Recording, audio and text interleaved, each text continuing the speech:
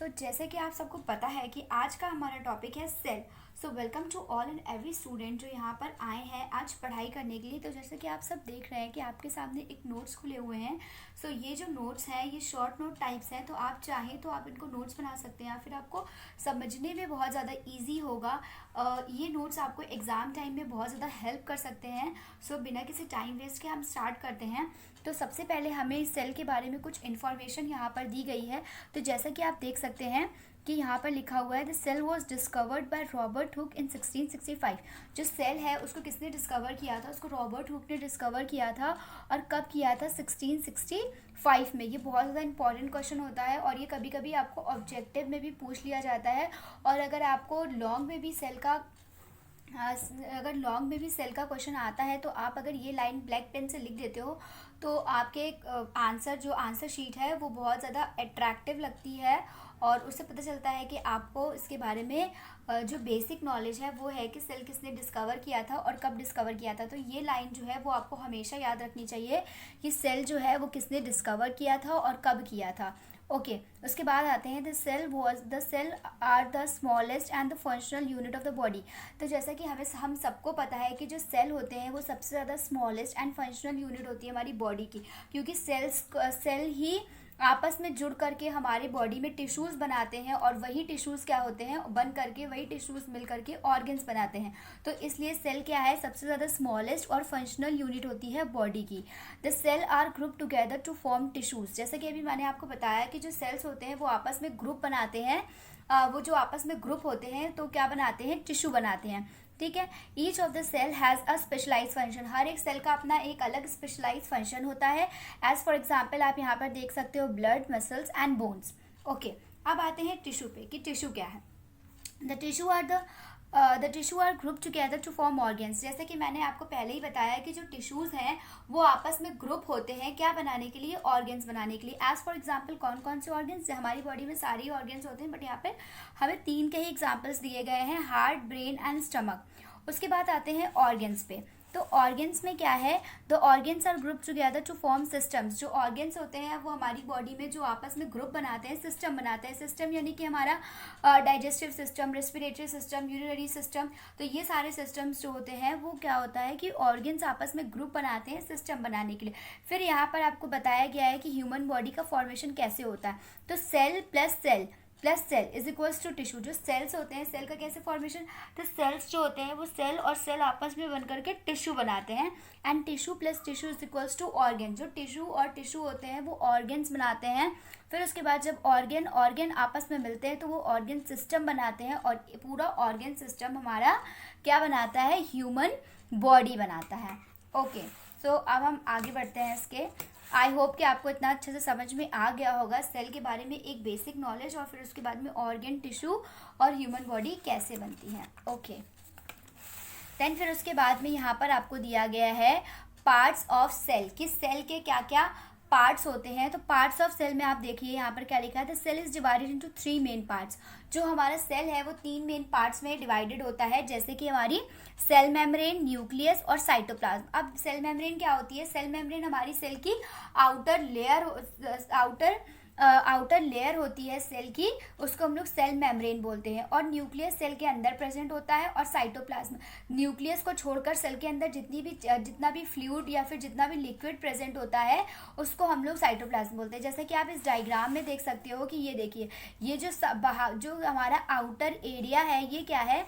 ये जो पूरा आउटर एरिया है ये हमारा है सेल मेम्ब्रेन।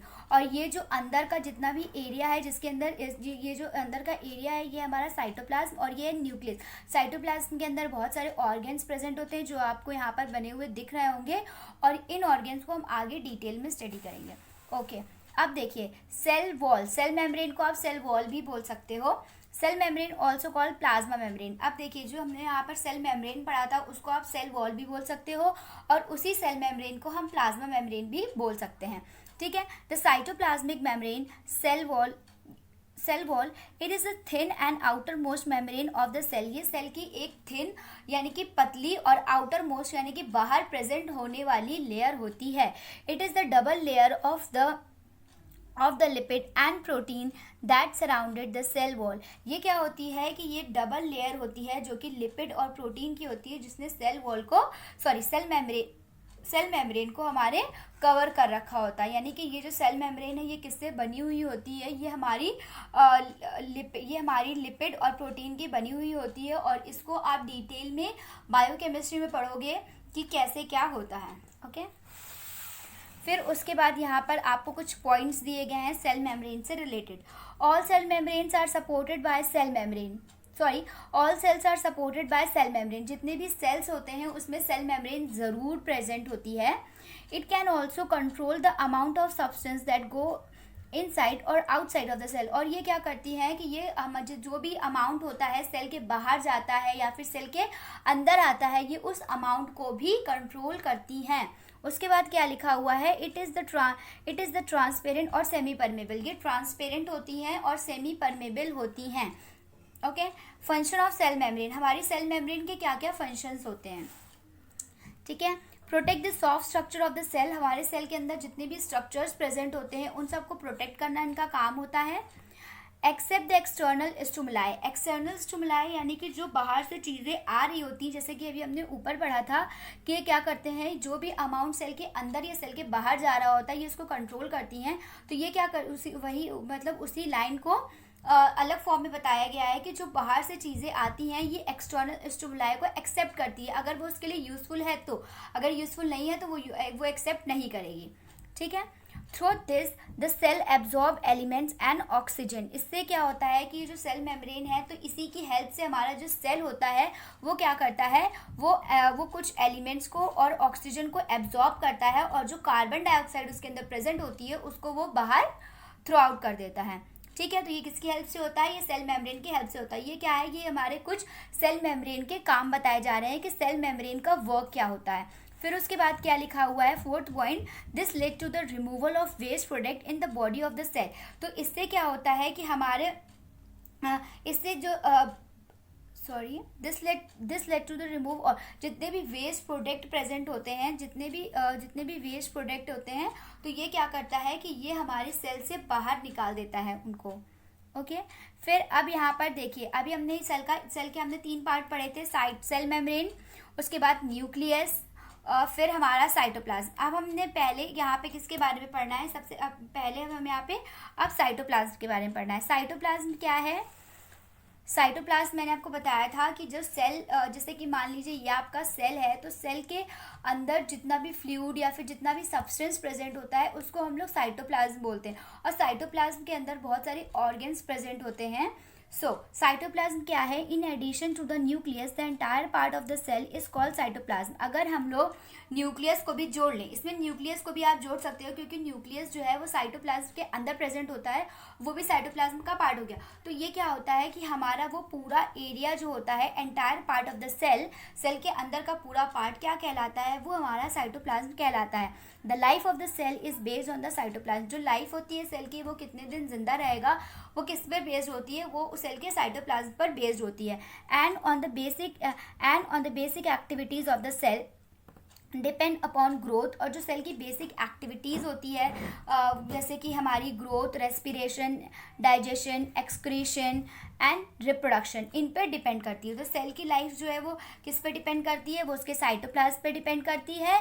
और जो सेल की बेसिक एक्टिविटीज़ होती हैं, जैसे कि हमारी ग्रोथ हो गई, रेस्पिरेशन हो गया, डाइजेशन हो गया, एक्सक्रीशन हो गया एंड रिप्रोडक्शन हो गया। ओके, तो साइटोप्लाज्म क्या होता है, हमने पढ़ा कि साइटोप्लाज्म जो है वो हमारे जो एंटायर पार्ट ऑफ सेल है वो साइटोप्लाज्म कहलाता है, और जो सेल की लाइफ होती है वो साइटोप्लाज्म पर, और सेल की एक्टिविटीज़ यानी कि growth, respiration, digestion, excretion and reproduction, इन सारी चीज़ों पर डिपेंड करती है। अब हम आगे बढ़ते हैं।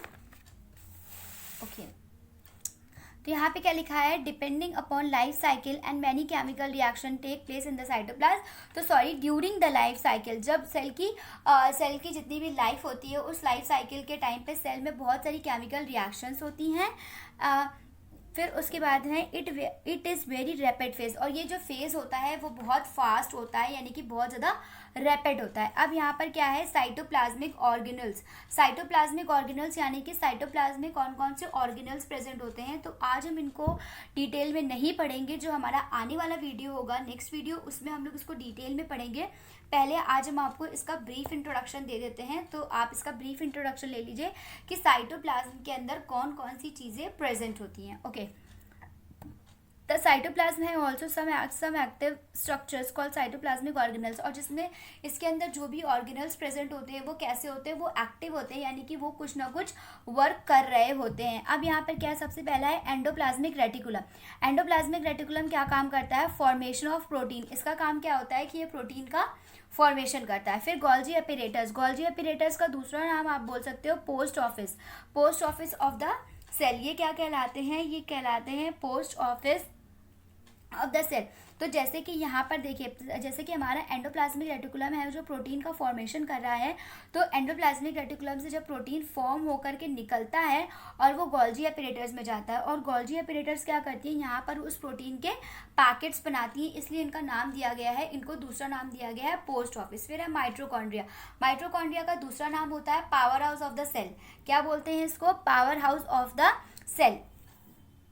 फिर है लाइजोसोम्स। लाइजोसोम्स को आप सुसाइड बैग भी बोल सकते हो। राइजोसोम्स को हम प्रोटीन फैक्ट्री बोलते हैं, क्योंकि यहाँ पर प्रोटीन का फॉर्मेशन होता है ज़्यादा अमाउंट में। फिर है सेंट्रोसोम्स, माइक्रोफिलामेंट्स, फिर है वेसिक्यूल्स एंड माइक्रोट्यूब।